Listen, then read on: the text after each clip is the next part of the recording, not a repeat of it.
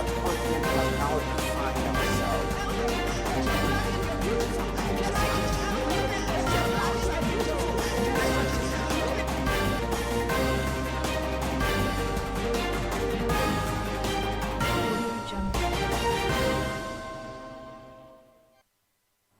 Welcome to TOS TV, your digital first Pan-African news network. I am Ruel Panao and this is TOS National News.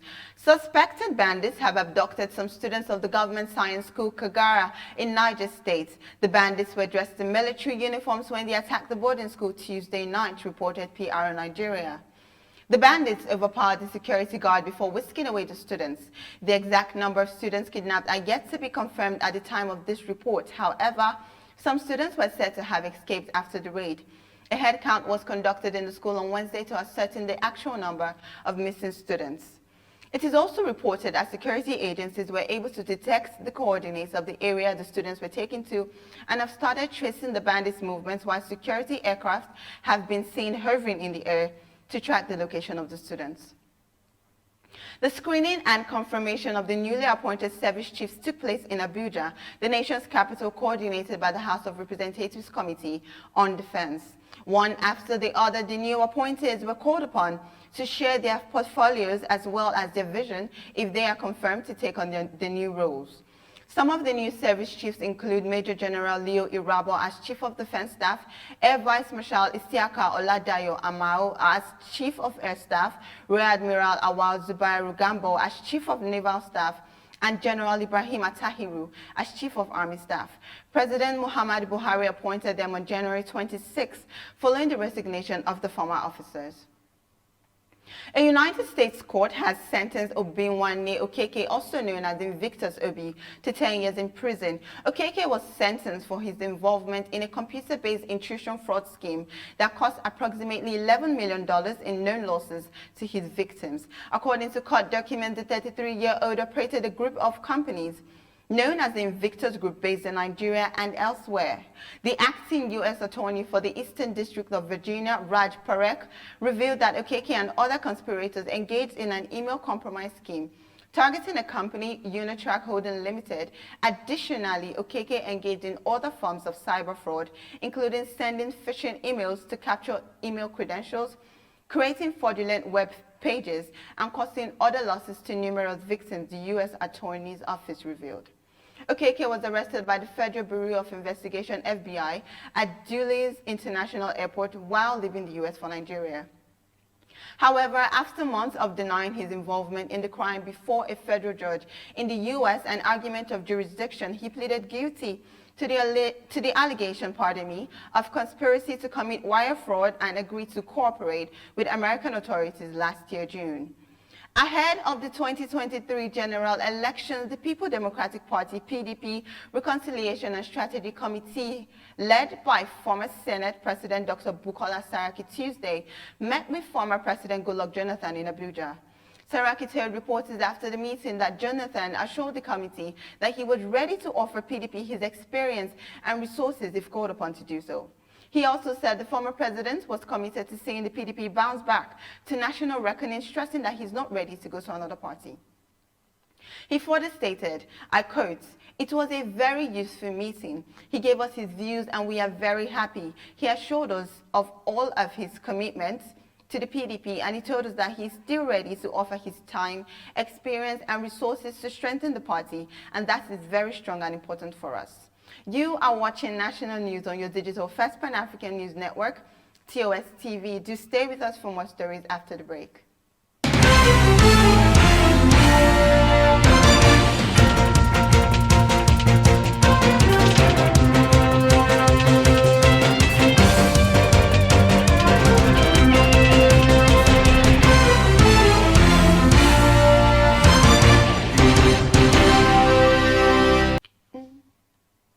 Thank you for staying tuned. The Oyo State House of Assembly Tuesday urged the state government to consider the possibility of moving Shasha Market to a new and larger site. The Assembly made this request in view of the crisis that erupted in the market last week. Assembly member Olatunde Kehinde brought the case to the House. The lawmakers in their resolution noted that the current location where the market is located can no longer accommodate the number of traders and the volume of goods in the market. Therefore, the government should move the market to a new area. They also urged the state government to set up a commission of inquiry to determine the cause or causes of the clash with a view to prosecuting those responsible for the chaos. Hours after an Azman Air Boeing 737-500 experienced a burst tire on landing at the runway 18R36L of the Murtala Mohammed International Airport, Lagos, the Federal Airports Authority of Nigeria, FAAN, has reopened the runway for normal flights. The reopening of the runway for flights was sequel to the removal of the aircraft which blocked the runway after the landing incident.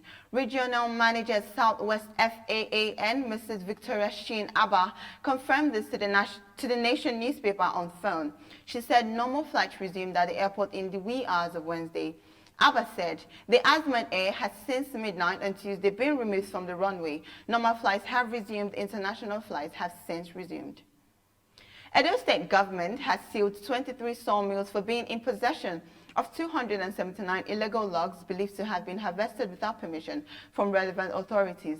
Lucky Wasa, Permanent Secretary, Ministry of Environment and Sustainability, disclosed this while speaking with journalists in Benin on Tuesday. Wasa, who said that the illegal logs were caught and taken away from the state forest reserves at odd hours, vowed that the culprits would be brought to book. He therefore called on sawmillers and lorry owners not to accept illegal logs, stating that the full weight of the law would be brought to bear on any defaulter. According to him, the recovered logs are currently in the custody of the Marine Police. Minister of Humanitarian Affairs Sadiya Umar Farouk said the federal government is set to make the National Social Register NSR more interactive. The NSR is the database of poor and vulnerable households in Nigeria.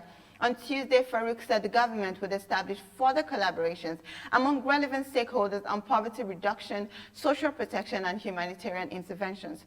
She explained that her ministry was mandated to socialize and create demand for the use of the NSR for social development initiatives across various levels of government. The minister added that it was also to provide the needed database for ministries, departments, and agencies, MDAs, for interventions. You are watching TOS National News on your digital First Pan-African News Network.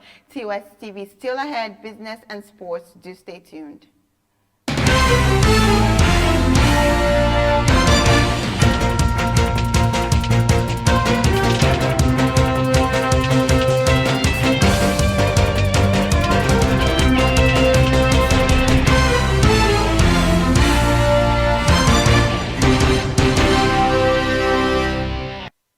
Welcome back. In business, the Minister of Power, Salim Maman, has stated that the federal government spent over 50 billion naira in subsidizing electricity supply in the country. This was disclosed in a statement delivered by the Special Advisor, Media and Communications to the Minister, Aaron Atimas, while receiving delegates of the Guild of Actors and Film Producers in the office. Worried by the incessant complaints by ordinary Nigerians over the unavoidable and periodic increase in the cost of electricity, the federal government has been subsidizing electricity supply in the country to the tune of over 50 billion naira. The funds are provided to augment the shortfall by the distribution companies, DISCOs, who have failed to defray the cost of bulk electricity supplied to them by the generating companies. However, following a minor increase in the tariff regime, the subsidy has now decreased by half, but still constitutes a serious drain on the nation's economy, Maman stated. And in sports, Nigeria's men's senior national basketball team, the Tigers, will take on South Sudan in their first game of the qualifiers for the 2021 FIBA AfroBasket Championship held in Tunisia. The best teams from the qualifiers will pick the tickets for the 2021 FIBA AfroBasket Championship to be hosted in Rwanda.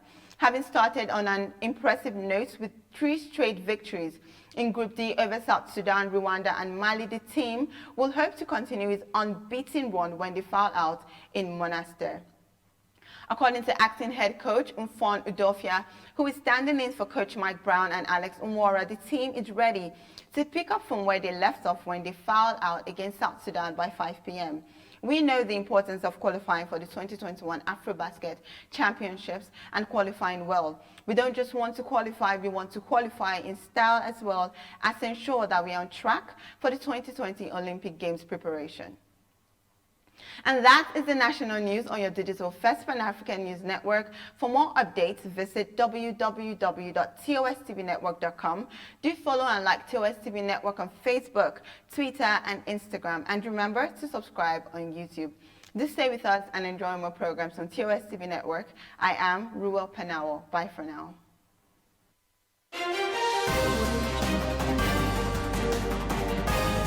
But we as a continent are now